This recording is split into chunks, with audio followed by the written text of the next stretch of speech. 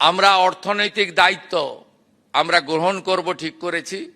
তাদের একটি করে কর্মসংস্থান এই মাসেই আমরা তাদের দেব এবং মুখ্যমন্ত্রীর রিলিফ ফান্ড থেকেও তাদের 5 লক্ষ টাকা করে দিয়ে এই রিলিফ ফান্ডের কার্যকর আমরা শুরু করব।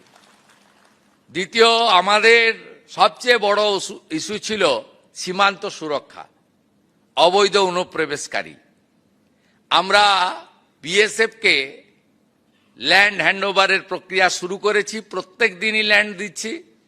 এখনো পর্যন্ত আমাদের যে 556 কিলোমিটার জায়গাতে জমি দিতে হবে, আমরা 100 কিলোমিটার মতো জমি হ্যান্ডওভার করে দিয়েছি।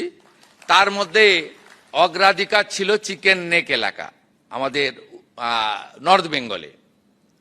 আমরা সিএ এর আওতায় যারা পড়েননি সেই ধরনের অনুপ্রবেশকারী তাদেরকে ডিপোর্ট করার কাজ নিয়ম মেনে শুরু করেছি। একটি আইন ছিল ভারত সরকারের, সেই আইনে ওদেরকে জেলে না পাঠিয়ে সরাসরি বিএসএফ এর হাতে হ্যান্ডওভারের আইন ছিল, অন্য রাজ্যে কার্যকর করেছিল। এখানে এদেরকে জামাই আদর করে জেলে পাঠানো হতো।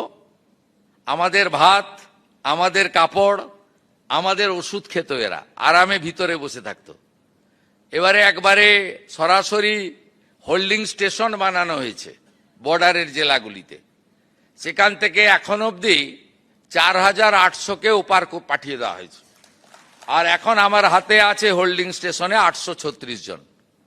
তাদেরকেও আমরা তাড়াতাড়ি খাইয়ে পরিয়ে ওদিকে পাঠানোর ব্যবস্থা করছি। এটা প্রক্রিয়া চলবে, এটা একটা বড় ইস্যু ছিল।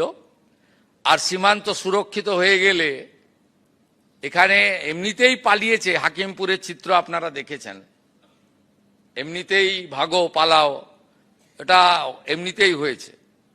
এটা অগ্রাধিকার, নইলে দেশ সুরক্ষিত থাকতো না। বাংলা তো অনেক আগেই ডেমোগ্রাফি চেঞ্জ হয়ে গেছে, আপনারা সবাই জানেন। তৃতীয় হচ্ছে সেন্সাসের কাজ আটকে রেখেছিল আগের সরকার। আমরা সেন্সাসের কাজ শুরু করেছি, জনগণনা। আগামী 1 আগস্ট থেকে 15 আগস্ট বাড়িগুলোতে সার্ভে হবে, কত বাড়ি। আর 16 আগস্ট থেকে 14 সেপ্টেম্বর বাড়িতে কতজন আছে সেই জনগণনা হবে। এটা খুব গুরুত্বপূর্ণ। এবং ফেব্রুয়ারির শেষ দিন চূড়ান্ত জনগণনা শেষ হয়ে যাবে। এর ভিত্তিতেই কিন্তু আগামী দিনে ডিলিমিটেশনও হবে।